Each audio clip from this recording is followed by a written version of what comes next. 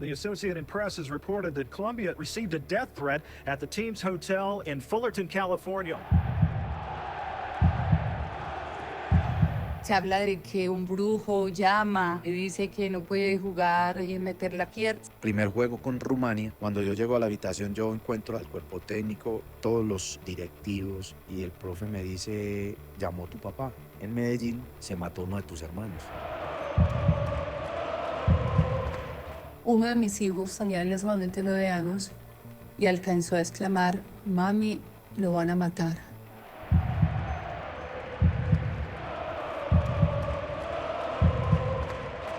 La vida le muestra a uno que la última frase que dijo Andrés, esto no termina acá, o sea, la vida continúa. Por duro que sea, uno se tiene que volver a levantar. Lo único que podemos hacer es crecer. Hay dos opciones. O no crecemos y nos quedamos estancados con el odio, el rencor, con todos los sentimientos que generan la violencia, o avanzamos y somos mejores personas y tratamos de ayudarle a los otros. Entonces uno verá cuál de las dos opciones escoge.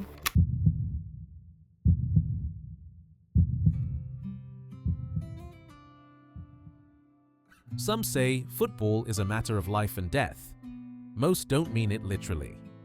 They just want to emphasize their passion for the sport. Coaches often tell their players to fight as if their lives depended on it. Usually, it's just a metaphor. But in the history of football, there have been moments when these words became a reality. One of the most tragic cases happened in Colombia and is forever tied to the name of Andrés Escobar. This wasn't just a story of an unfortunate own goal followed by a murder. There were dark, hidden forces behind his death, things few people know about, which make this one of the most harrowing tragedies in football history.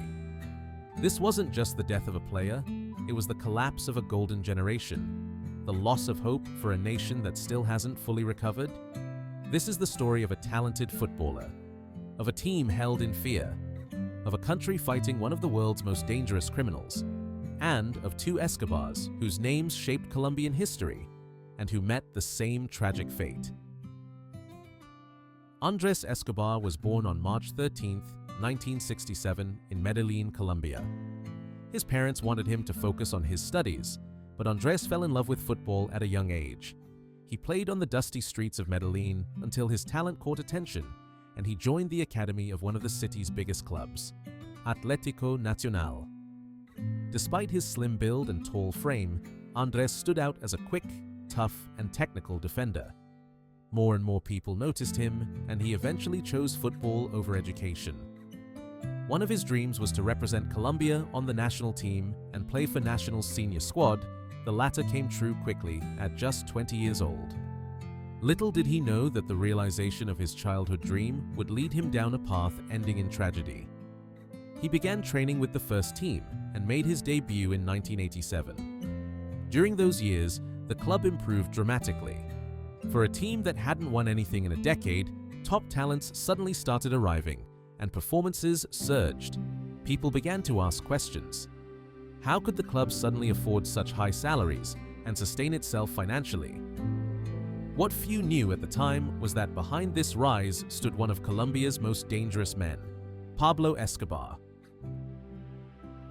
Hemos vinculado a los equipos Atlético Nacional y Deportivo Independiente Medellín a esta noble campaña. In the 1980s, cocaine trafficking was booming in Colombia.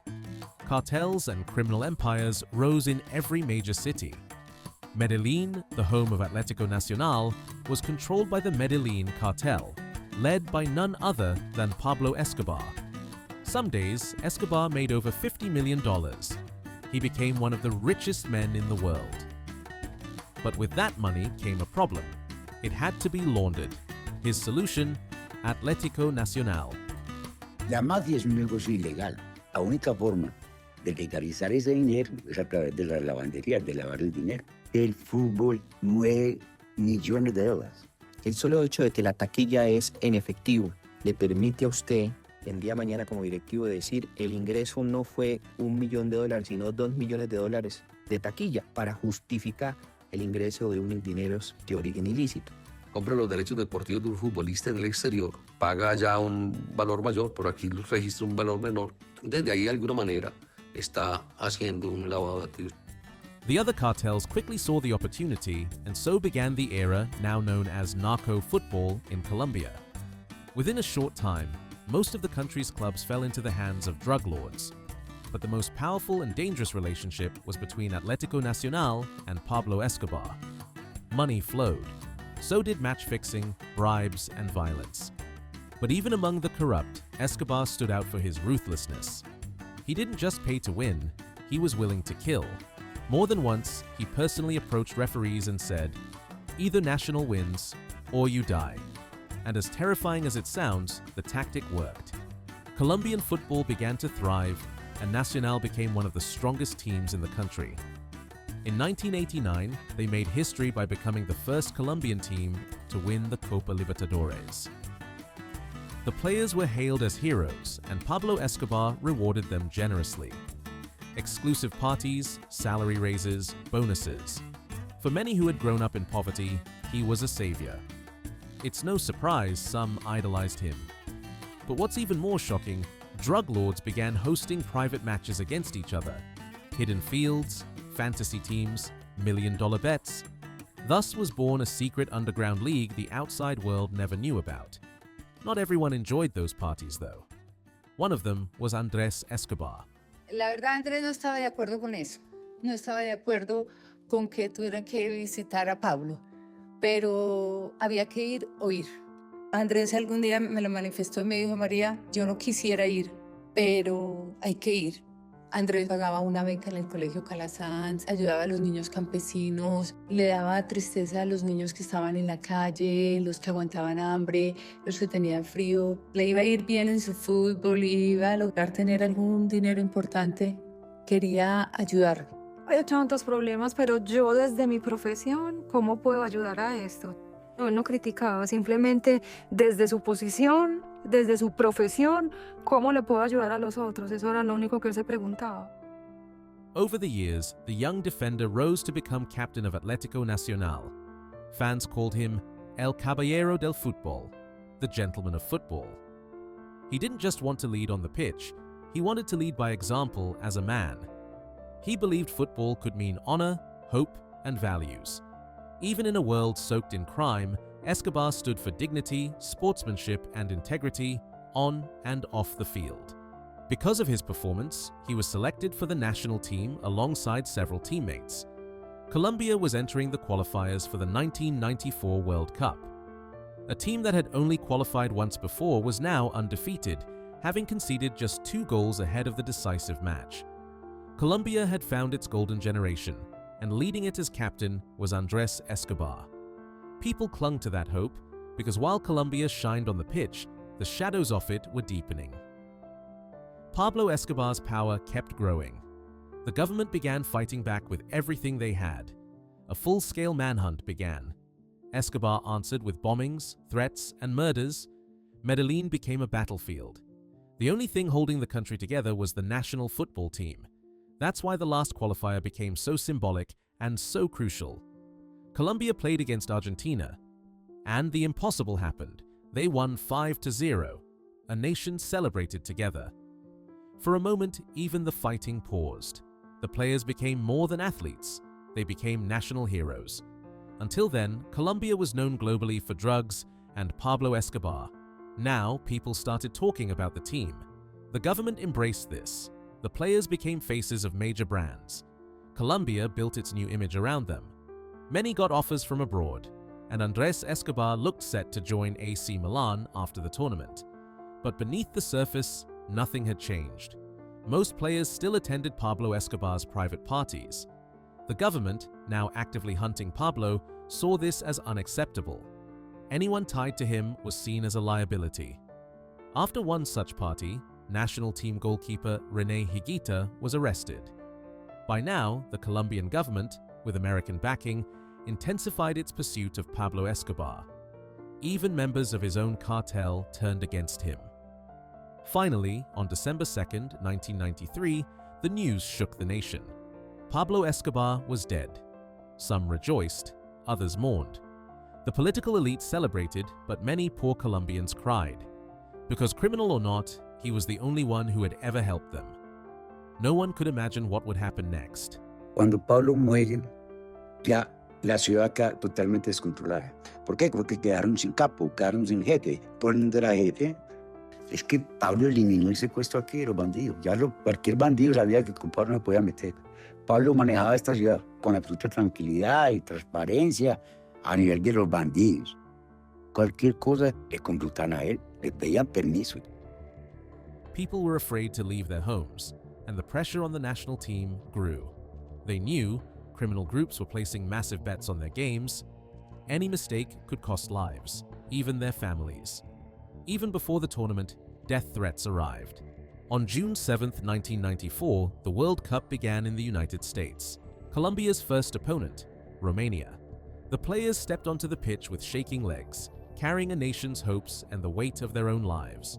Missed chances haunted them. They lost 3-1. The backlash was brutal. Se comienza una crisis anímica, psicológica, para la cual el equipo no estaba preparado.